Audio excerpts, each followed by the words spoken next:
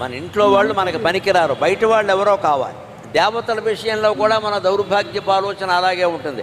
మన ఊళ్ళో లలితాదేవి గుడి ఉంది, విష్ణుమూర్తి గుడి ఉంది, వెంకటేశ్వర స్వామి గుడి ఉంది. ఇవేవి పనికిరావు మనకి. తిరుపతి తిరుపతి తిరుపతి. ఈ మధ్య కొత్త తోట మొదలుపెట్టారు చాలామంది. మేము నెల పెడతాం, పని లేదా, నీ మొహం చూసి విసుగొస్తుంది వెంకటేశ్వర స్వామికి వెళ్ళడం మారాయి. అదే ఇక్కడ గుడి ఉంటుందండి, అర్చకుడు అభిషేకం చేసుకోవలసింది ఎవడో ఉండడు అక్కడ. మన దేవాలయం, మన ఊళ్ళో దేవాలయాన్ని మనం పోషించాలి.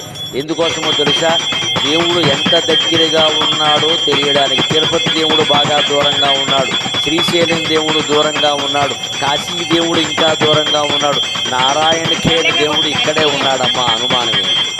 ఇంకా చెప్పాలంటే ఆ నారాయణుడు నీ ఇంట్లో లేడు, నీ ఒంట్లో కూడా ఉన్నాడు. నువ్వు గ్రహించగలిగితే నీ ఒంట్లో కూడా ఉన్నాడు. గుడిలో ఉన్న దేవుణ్ణి గుండెల్లో చూడగలగాలి. అందుకోసమే ఇలాంటి ప్రవచనాలన్నీ కూడా. గుళ్ళ వెనకాల తిరగమని కాదు.